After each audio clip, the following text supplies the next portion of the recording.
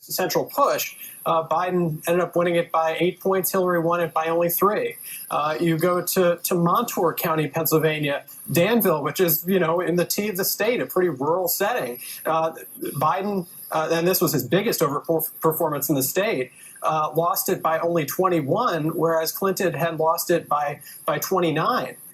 You go to suburban Philly and Chester County. The Whole Foods revolt in Pennsylvania and across the country may not have been quite as dramatic as we would have expected before the election, but it still is likely enough to power Biden to what he needs, because Hillary Clinton won Chester County by 9.4%. Joe Biden is ahead there today by 16.5%. Biden ended up winning it by 8 points. Hillary won it by only 3. You go to Montour County, Pennsylvania, and we still have hundreds of thousands of uncounted mail ballots that we'll get from some major counties that will break extremely pro-Biden. And Dave, obviously, if he wins Pennsylvania, Joe Biden does, this conversation becomes moot. But let's talk about Arizona and what's happening there. As more vote has come in out of Maricopa County, as we've seen more of that percentage, Donald Trump actually has picked up a little bit of ground there. How do you see that playing out as the vote trickles in from Maricopa and more broadly from the state? Yeah, well, what's interesting is when you calculate what Trump needs out of these batches in order to close the gap, at least out of the remaining uncounted ballots in Maricopa, Trump is getting right about at the number, maybe a tiny bit less in the batches that came out last night around 2 a.m. Eastern and before that, in order to get to a tie. The concern that Republicans I speak to have is that there are also a few provisional ballots that remain in the uncounted column that they believe are a little bit more favorable to Biden, perhaps, than the ballots that were in these batches last night. This is going to come down to a razor-thin margin in Arizona. And look, we're simply going to have to be patient as the county recorder updates the tallies. All right, now let's move over a little bit and talk about Nevada, a frustratingly slow count for a lot of people waiting to see what's going to come out of there. What exactly is going on? Why is that count taking so long? Yeah, well, look, Nevada is in a similar predicament to Arizona, where Clark County, obviously, about 3/4 of the state. We're simply waiting to see what kind of ballots are these that are still uncounted. They could be slightly more favorable to Trump than the ballots that have already been counted, and the margin is extremely tight. John Ralston seems to be optimistic that Trump can make up some ground. So, look, again, Nevada becomes moot if Pennsylvania ends up in the Biden column, but it does speak to the truth that Trump did make progress with Hispanic voters on Tuesday in a big way. In a big way. And I wanted to ask you about that. I've been talking this morning, first hour, about a New York Times headline that I found to be jarring, which said Hispanics deliver Texas for Trump. We've been talking for several years, since 2018, about the revolt of the suburbs against Donald Trump, the Republican suburbs. A lot of white voters around the suburbs of Dallas, a lot of white voters and others around Houston, those suburbs. But as the New York Times article laid out, any white voters that Democrats gained in those suburbs were erased by Hispanic voters along the border and also Hispanic voters across the state who broke for Donald Trump. That's right. And look, we're all pummeling polls right now, but polls, ironically, actually did a pretty reasonable job of describing the changing contours of the electorate before the election. We knew from the numbers we were seeing that Trump was likely to see an improvement among Hispanic voters, particularly Hispanic men. I think when we unpack all of the numbers, we'll see that there was a really large gender gap among Hispanic voters. There's also a big difference between how rural Hispanic voters look at the race and how more urban and central city and higher income Hispanics viewed the contest. And look, the margins that we saw for Biden in not only Miami, but in South Texas and along the border, were catastrophic for Democrats there. I don't know that it's enough to say that it cost Joe Biden the state of Texas when the margin is hovering around 6 points, but it certainly played a role in Texas being decisively in Trump's column. Let's go to Willie. He's at the board right now. And Willie, you're looking at the state right now that both campaigns are looking at closely in the political world, and that is the state of Georgia. Yeah, I just wanted to point out to Dave, we got some new vote in from Fulton County. Look at the spread now in the state of Georgia. Donald Trump leads by 18,540 votes, and the Secretary of State, Dave Wasserman, has just said there are 25,000 outstanding absentee ballots. So what is your sense of where that vote is, what percentage of it might go to Joe Biden, and how close that number might end up being? Because 18,540 right now in Georgia. Yeah, it's going to be extremely tight, Willie. And, I have to look more closely after this dump to see where the remaining ballots are from. To the extent they're from Clayton County, that would be good news for Biden because that's an overwhelmingly African-American county. But he's going to need to really run the table on these remaining ballots statewide in order to catch up. All right, Willie, was that number, Willie, for the entire state? Yeah, this is statewide, 18,540. That's the spread statewide. And the Secretary of State says statewide there are fewer than 25,000 absentee ballots remaining. And by the way, that they should be finished counting by noon today. So, I mean, as if you could get any closer, this probably will get down. I don't know, Dave, what do you think, in the 10,000 or fewer vote spread in Georgia? Yeah, I think we're talking 4 digits. Wow. Yeah, and Willie, of course, if that comes from certain areas, if that comes from counties that are overwhelmingly black, and Donald Trump is losing that by a 9-1 margin, that'll be enough to get Joe Biden certainly close enough and possibly move ahead by 1,000 or 2,000 votes. But if it's from a county that trends more for Donald Trump, obviously he'll be able to hold on to Georgia. Yeah, let's shoot over to Pennsylvania as well. Dave Wasserman, as you've said, as the votes come in from these suburban counties, obviously they're going to trend toward Joe Biden. Is there a scenario you see where Trump can stem that enough to hold off the state, or is this a foregone conclusion in Pennsylvania? Look, I have a very hard time seeing a comeback path for the president in Pennsylvania. There's just nowhere in the state where he's overperforming his 16 margin by enough, if at all, to be able to offset the kinds of defections we have seen from Trump in suburban Pennsylvania, but not just the suburbs, also northeastern Pennsylvania. We have seen a pretty strong Biden performance in the Scranton area and the surrounding counties. We also are seeing it in the Lehigh Valley. Look, Northampton County is Bethlehem. We saw Trump win that county. We saw him flip it from Obama in 2016. It apparently has flipped back to Biden this time around, who has a 0.4% lead in a place where I estimated in my benchmarks that Biden needed to lose by 3 points or less. These numbers are really encouraging for Biden across the board.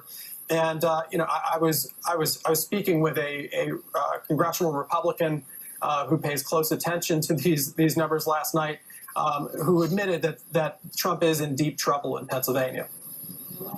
Let's bring in MSNBC contributor Mike Barnicle, chief White House correspondent for the New York Times, Peter Baker, editor-in-chief of The Atlantic magazine, Jeffrey Goldberg, White House correspondent for PBS NewsHour, Yamiche Alcindor. Good to have you all on board.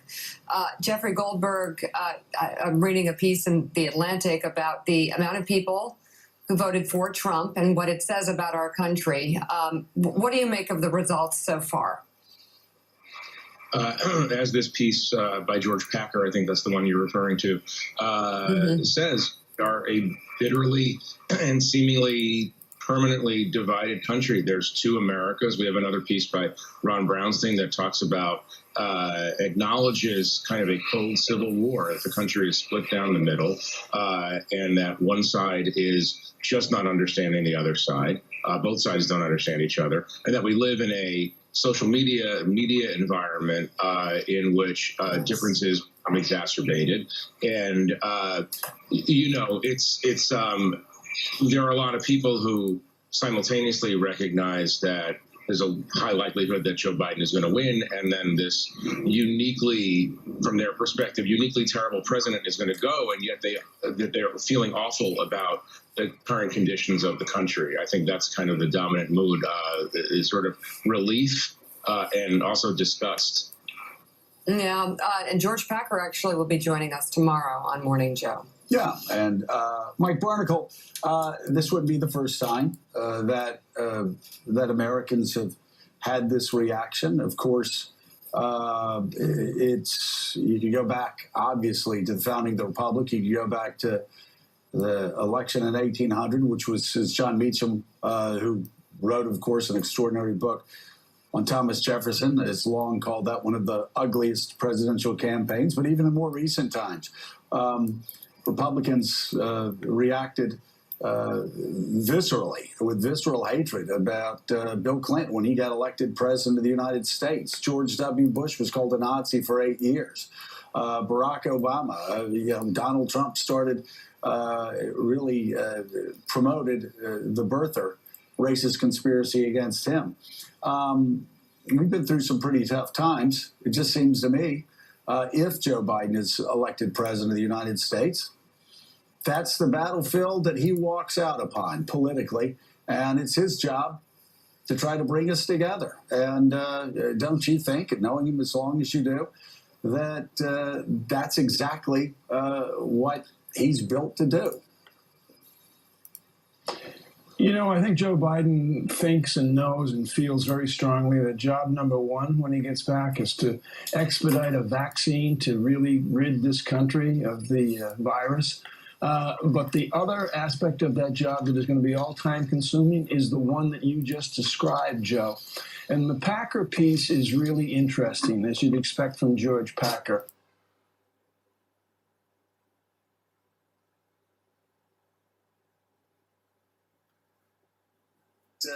That's exactly what he's built to do.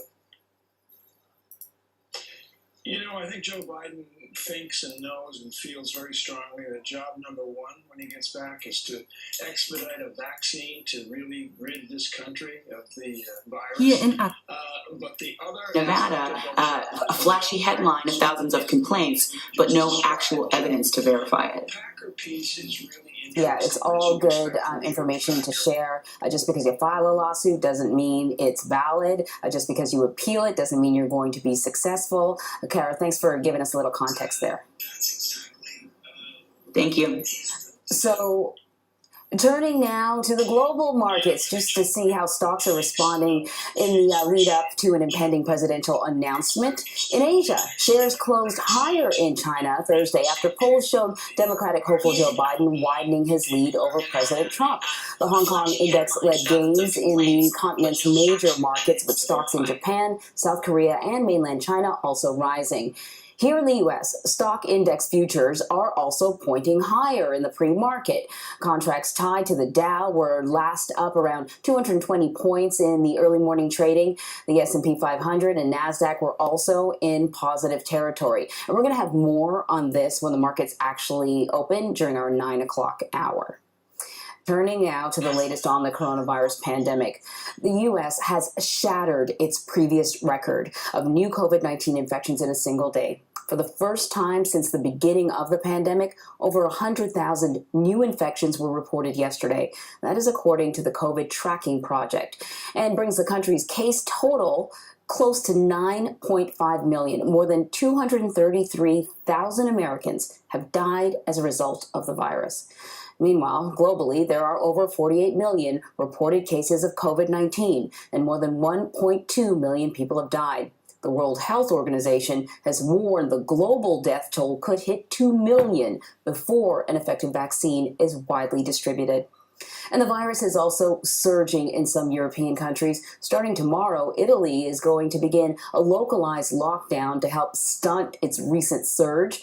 The country will be divided into 3 areas based on how critical the spread is in the region. New nationwide regulations will also be enforced until early December, which includes a curfew, reduced capacity on public transport, and closing bars and restaurants by 6 p.m. In Spain, there are over 38,000 reported deaths and nearly 1.3 million cases in the country. The International Monetary Fund expects Spain's economy to shrink almost 13% this year as a result of the pandemic. So coming up after the break now, as England enters a new lockdown, large crowds pack bars and pubs for one last night out on the town. One business owner tells us how he plans to survive 4 more weeks of closures. And New Mexico makes history by becoming the first state to elect all women of color to the House. Keep it right here. You're streaming CBSN AM.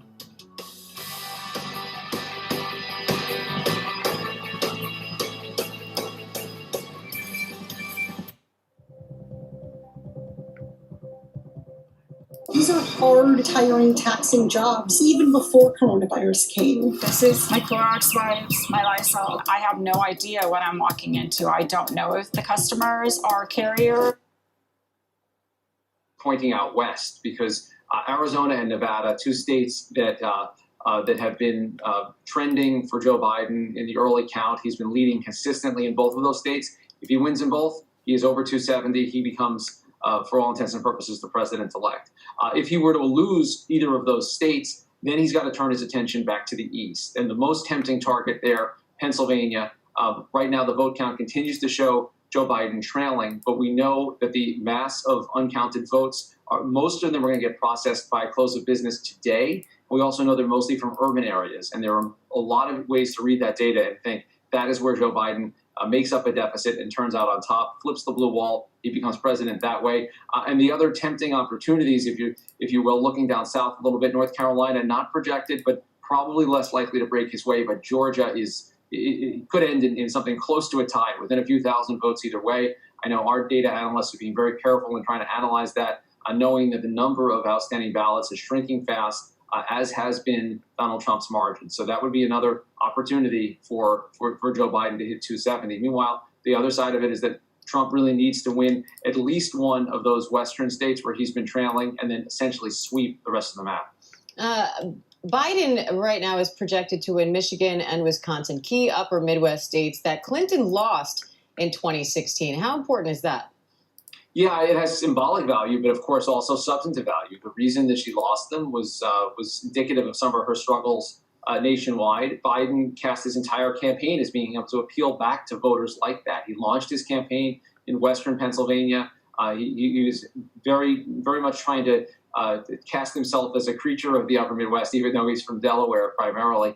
But look, that would be huge for the Democrats. Winning those two states, as we have projected in Michigan and in Wisconsin, all of the votes have been counted according to state officials, and it's a 20,000 vote margin. It's going to be hard to turn around in a recount.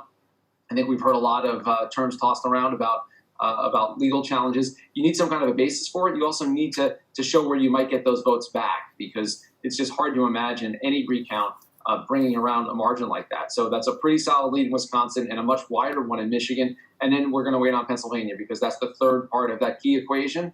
Those 3 states make Joe Biden the president. Now, the Trump campaign is mounting legal battles in 4 states where Biden is ahead with narrow margins. What's their strategy, and how do you see this playing out? To be honest, it's hard to discern a coherent strategy. As we've been pointing out, there are some places where you've got a strategy that's essentially counts all the votes. There's other places where it's stop the vote count and let us watch more closely. Most of the lawsuits we've seen so far are focusing on the process of counting votes as opposed to the actual number of votes. There are a few in Pennsylvania that get more into the weeds, but even the Pennsylvania one, that only applies if Joe Biden isn't leading based on ballots that are received by Election Day. Otherwise, the other votes that come in late don't really even matter. So I think right now that the strategy mostly is to just kind of put things in motion just in case they have a better legal case, if they find some more evidence. Right now, it's a lot of unfounded and irresponsible allegations from the president, from Rudy Giuliani, from his son Eric, who was there in Philadelphia yesterday. They really don't have a big thing that they're hanging their legal hats on right now to say, this is why we think things are going to turn around. This is why we think we have an argument that we could win this state. That's what's going to matter in a courthouse. And Rick, is there any sense of, let's say they pull out all the stops, because we heard President Trump on election night promising to go all the way to the Supreme Court. Is there a path where that could happen? Hypothetically, yes, but it's going to depend on the margin in a bunch of these states, because I don't see how you can mount a credible legal case if you're talking about 20, 30, 40, 50,000 vote margins. You'd have to find some widespread evidence of voter fraud, which the president has misleadingly, inaccurately suggested over the years exists, but they'd have to start to find it. You can't just tweet it. And that's where I don't see it yet. And it may emerge in the next 24 hours. It may emerge given how close it might be in a state like Georgia, maybe Pennsylvania, maybe Arizona, maybe Nevada. But just in the states so far, we just haven't seen something emerge that would be the crux of a case that you take all the way to the Supreme Court. You know, we saw so much about Bush v. Gore, but the reason Bush v. Gore became infamous were two of them. One is it determined the presidency. It put a candidate over 270. The other one is it was 500 votes separating the candidates, not 20,000, not 50,000. So those are the ingredients that you have to look for to see, is this something that could last a long while? And Rick, what we are looking at when you look at the down ballot races is, regardless of who becomes president, they are likely looking at a divided Congress. What does that mean for the next few years? Yeah, it's such a weird election to analyze, because it was a kind of a terrible night for Democrats, other than perhaps the presidency. If they win the presidency, they'll take it. Don't get me wrong, but they'll pick up, one seat to maybe two in the Senate. They're not going to have the majority. So that means Joe Biden is going to have to get his cabinet nominees, court nominees, through a Republican-controlled Senate. And the House majority is going to be one of the narrowest that we've seen in a century. And that again, is surprising. A lot of people thought the Democrats were going to ride this wave, but in fact, a lot of Democrats in reddish and purple places lost their seats or lost opportunities to pick up seats, some losing as far afield as Florida. It was really, really fascinating, because it's one of those areas where the polling, frankly, just pushed us in the wrong direction. That's not how voters reacted. And if Joe Biden is president, he's going to have to deal with an extremely narrow majority in the House of Representatives, with a lot of them worried about. Arguably one of the most important questions. This country can still bring it.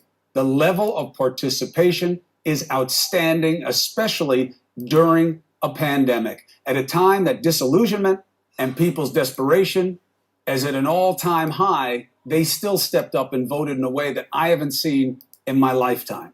And that is good news for us. And that's why we shouldn't let anybody cheapen the process and say that if something's happening is wrong, it's not legit, it's not as much as it seems. None of that has a basis. And the idea that you guys stepped up and voted has 100% proof of itself as a basis. Let's discuss what other questions may get answered today. Let's bring in John Harwood, Laura Barron Lopez, and David Gregory.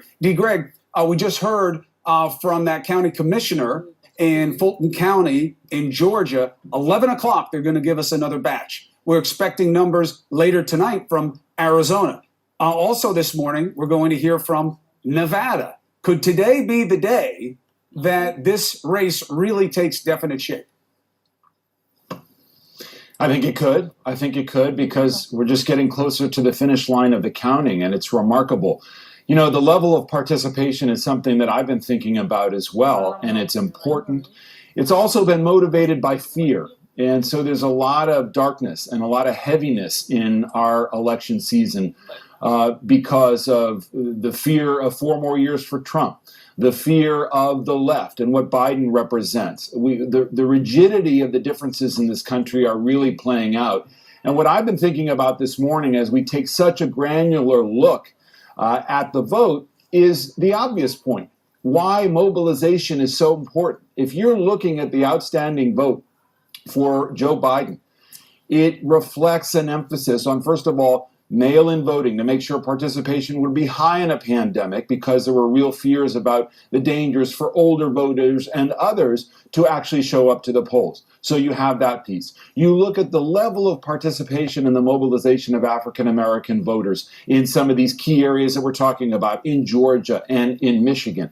And you look at Biden's ability not to reshape the map because, again, the rigidity of our political differences are so striking, but to eat in a little bit into that support in suburban America and places like Wisconsin, among working class white voters in states like Michigan and Pennsylvania as well. These are marginal differences that we're spending time looking at this morning in granular detail that may ultimately tell us the story of the difference between 2016 and 2020.